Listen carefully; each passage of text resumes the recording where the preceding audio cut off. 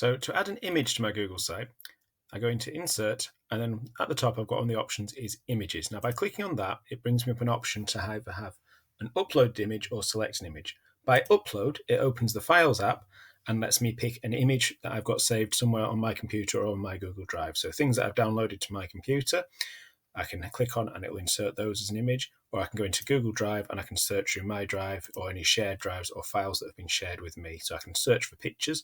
By default, it's set to just have image files on your search, so some of these folders may look empty if you're looking at document folders.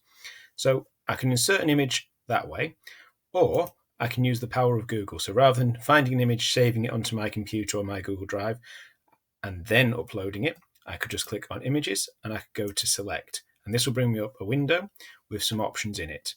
I can either search by URL. If I know the exact URL of an image, I can go to that. I've got access to the photos that are saved on my computer, and I've also got access to my Google Drive. So it wouldn't be my downloads, but it would be the chunk of my Google Drive still. So I've still got a lot of things there.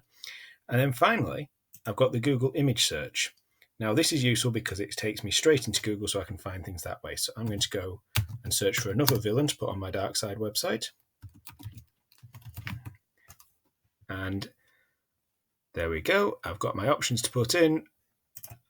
Select that picture, click Insert, and it puts me an image onto my website. Now, I've got options about cropping it, but it comes through at a nice size already because I've selected an image rather than trying to fit it to a placeholder, so it's already at that size.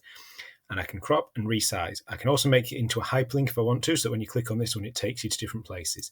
Now, I can pick it up and I can drag it. And if I drag it over here, you can see that with the structure lines, it's taking up a little bit less space than my picture of Mr. Vader at the top. So again, like all things, if I click on it, I've got my selections and my handles and the size to make it resized. So if I drag it out a little bit, I can make him the same size. That's where those structure lines really come into the play because I can make my pictures the same size. Now, if I want to add text about her, I can do over here as I continue my rogues gallery of villains.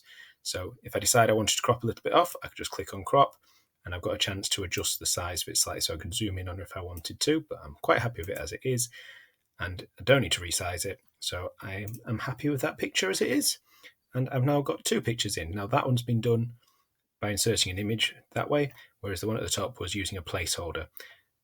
Both work. Both give you the same result in the end. It just maybe inserting image. Some people prefer using the placeholders.